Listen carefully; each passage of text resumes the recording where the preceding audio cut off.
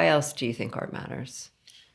I mean, I really do think that is one of the big ones for me. Mm-hmm. I mean, I remember being asked a lot in studio visits right after the 2016 election. Like people like were like questioning like, what's the role of art? Why does it matter? Like, shouldn't we be like going out and like canvassing and stuff? Right.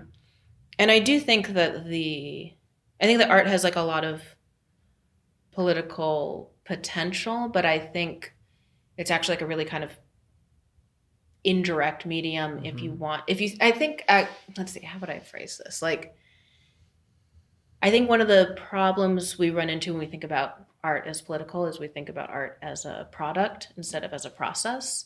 And so I think that if you think of art as a product, Mm-hmm. it's actually a really ineffective political tool Mm-hmm. because like graphic design is a lot more effective, or Mm-hmm. like, Mm-hmm. visual propaganda. Like you can use visuals to create a political message, Mm-hmm. but there's really effective visual mediums for that. And art isn't necessarily that.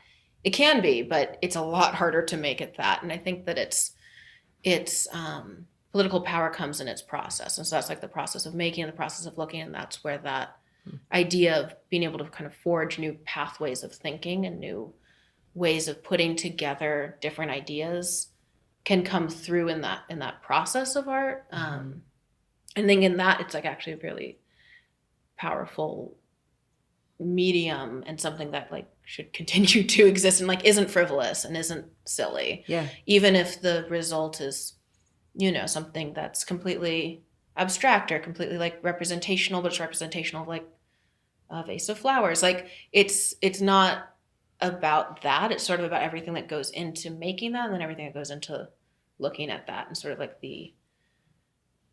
just the way it makes you think differently, I think is its power. I agree.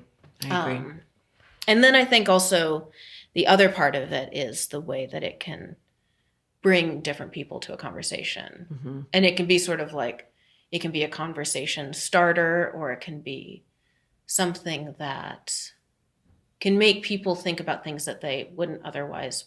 I guess it positions you into a conversation within the conversation rather than outside of it, like we were saying before.